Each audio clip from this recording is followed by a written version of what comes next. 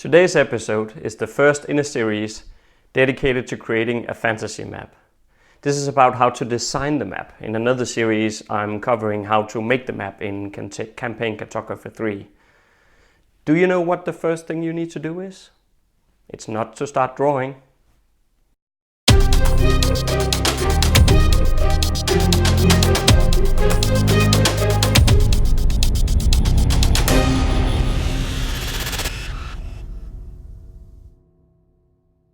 Ask yourself this: what are you going to use this map for?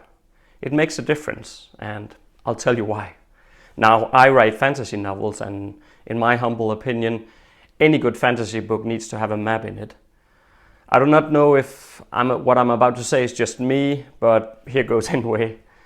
It's the first thing you do with a fantasy book in hand to open it in the anticipation to find a map inside the first pages. And what if it's not there? Disappointing, isn't it? You might need your map for a completely different purpose than for a book, and that's perfectly fine. My answer will remain the same, so don't worry. Your map needs to serve a purpose, and that is the first thing you need to do, to figure out what that purpose is and how the map can play into it. Personally, I always grab a notepad, and on it I'll write myself 5 bullet points.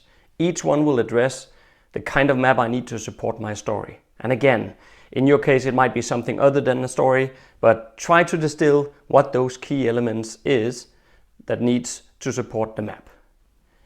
It could be that you need a certain type of city or country in a specific place, or maybe a bronze tower like I needed for my Keystone Bone trilogy.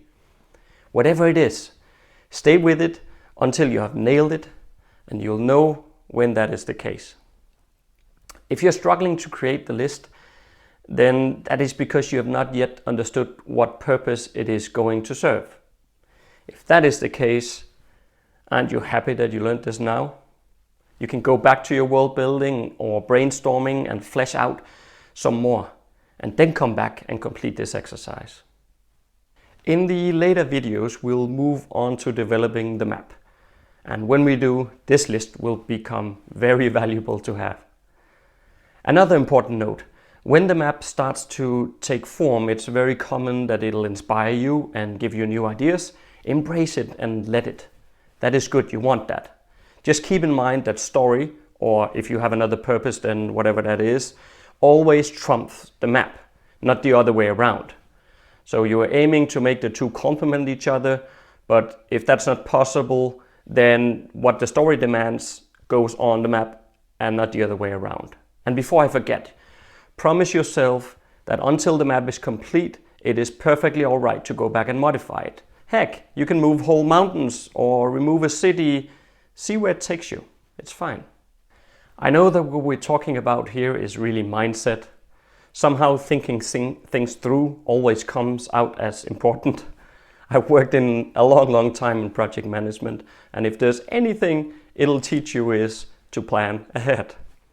You can ignore it, but you somehow always end up regretting it. In this case, what is the worst thing that can happen, you might ask? Well, maybe you just have to start over. If you don't mind that, then fine, by all means. I just know that my time is too precious to redo things. Worse, what if you paid a cartographer to help you? In the end, it's your choice. All I can tell you is that I believe in my heart that if you practice what I've been talking about here, you'll avoid such a situation. I know. I've been there. A great setting will enhance your story, and a map is a great addition. I love maps. And if you do too, you can also just make one for the fun of it. But no matter what, if you do make a map, send me a picture of it on Twitter. I would really love to see it. And if you are into map making, then I've written a book on the subject as well. And you can click the link here on the screen to buy a copy if you're interested. Hit the comment section below and let me know what the first thing you do is when you create a map. And make sure to subscribe, please. If you want to offer your support, I would love it if you can check out my Patreon page.